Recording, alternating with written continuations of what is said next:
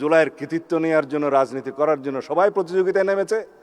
আমরা প্রতিযোগিতা করছি জুলাইয়ের আকাঙ্ক্ষা বাস্তবায়নের জন্য। সেরকম একটা স্বৈরাচারের কবল থেকে মুক্তির পরে আমরা যদি বলি জুলাই কার, জুলাই কার, তাহলে জুলাই আমাদের কারোই থাকবে না। বন্ধুদের বুঝতে বলবো, যারা জুলাই চেতনার উপর নির্ভর করে রাজনীতি করছে, সেই রাজনীতি করা যাবে না। ৭১-এর চেতনাকে বিক্রি করতে করতে ফ্যাসিবাদী শেখ হাসিনা দিল্লি যে বসে আছে। আমি অনেকবার বক্তব্য দিয়েছি, শেখ হাসিনা এবং আওয়ামী লীগের রাজনৈতিক মৃত্যু হয়েছে ঢাকায়, দাফন হয়েছে দিল্লিতে। কেন বলেছি? তারা এই চেতনা বিক্রি করতে করতে বাংলাদেশকে এমন একটা জায়গায় নিয়ে গিয়েছিল যারা মুক্তিযুদ্ধের চেতনা বললে মানুষ ঘৃণা করত। আমরা যেন জুলাইয়ের এই চেতনাকে কোনোদিন অসম্মান না করতে হয় সেই রকম রাজনীতি করি।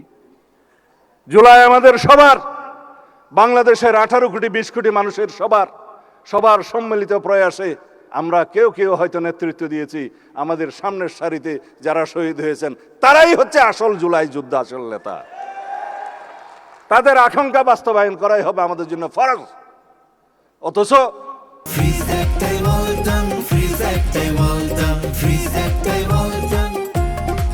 জুলাইয়ের কৃতিত্ব নেওয়ার জন্য, রাজনীতি করার জন্য সবাই প্রতিযোগিতায় নেমেছে। আমরা প্রতিযোগিতা করছি জুলাইয়ের আকাঙ্ক্ষা বাস্তবায়নের জন্য।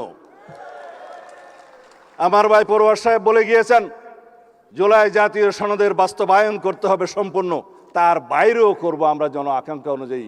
আসুন কথা বলি, সমাজের সমস্ত সেক্টরের সাথে আমরা কথা বলবো।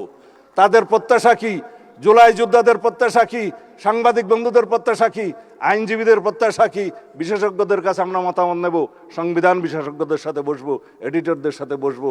আমরা এমন একটা সংবিধান সংশোধনী আনতে চাই যেই সংশোধনী নিয়ে আমরা অনেক বছর চলতে পারবো। কারণ বারবার জুলাই আসে না, বারবার ৭১ আসে না, বারবার বাংলাদেশে গণ অভ্যুত্থান হবে না। এবং এই গণ অভ্যুত্থানের মধ্য দিয়ে আমাদের যে অর্জিত আকাঙ্ক্ষা, যে প্রত্যাশা এই জাতির, সেই প্রত্যাশাকে যদি আমরা পূরণ না করতে পারি, সারা জীবন আমরা দায়ী থাকব। আমাদের পরবর্তী প্রজন্ম আমাদেরকে দায়ী করবে যে আপনারা বাস্তবায়ন করলেন না আমাদের প্রত্যাশা।